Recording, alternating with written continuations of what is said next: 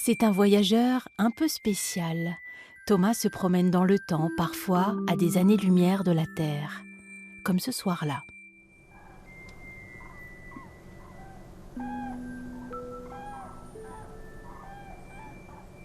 La première chose que moi je fais pour préparer mes soirées, c'est de me connecter sur un site internet avec des images de satellites à disposition, montrant la couverture nuageuse. Donc là, on voit que ce soir, au niveau du ciel, ça sera assez dégagé. Donc là, pas de souci pour ouvrir le toit et commencer à faire de l'astronomie.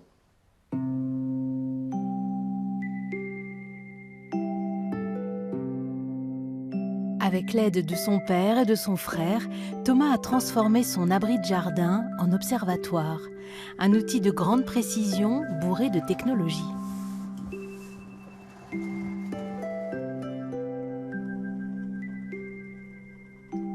Il faut avoir des connaissances techniques en informatique, mais aussi en réglage, parce que ici, dans le télescope Newton, il y a deux miroirs. Le miroir primaire va faire une première réflexion, va réfléchir donc les premiers rayons lumineux qui vont aller ensuite se réfléchir sur le deuxième miroir ici, qu'on appelle le miroir secondaire, qui est incliné à peu près à 45 degrés.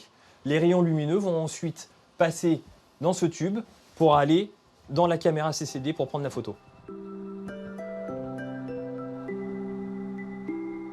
Depuis tout petit, moi je me servais de mes yeux pour regarder et puis me plonger de fascination et dans l'imaginaire de l'immensité de l'univers et dans les étoiles. Mais maintenant, avec l'astrophotographie, je ne fais que de la photo. Si je peux, et quand il fait bon, surtout en été, rien ne m'empêche de m'allonger un petit peu sur l'herbe et puis regarder les étoiles filantes passer ou quelques constellations.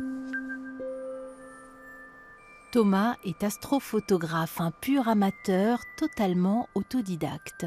Son système est entièrement piloté par informatique. Il a appris à faire travailler des logiciels spécialisés. En 2016, il a vu un de ses clichés sélectionnés par la NASA, la nébuleuse du fantôme. L'imaginaire est là, je photographie des choses qui sont à des années-lumière de chez nous. Il faut savoir qu'en fait c'est une porte sur le passé. Donc le fait de photographier des objets, des galaxies, des nébuleuses qui sont situées à des centaines d'années-lumière, on les voit telles qu'elles étaient il y a des millions d'années. Donc la plupart des étoiles qu'on observe ou que je photographie, ça se trouve elles sont déjà plus là. Les photos sont d'abord prises en noir et blanc, puis les filtres couleurs sont appliqués. L'ordinateur va continuer le travail tout seul toute la nuit, s'adapter à la rotation de la Terre et suivre la nébuleuse de la Rosette. Thomas pourra suivre tout cela de chez lui, bien au chaud.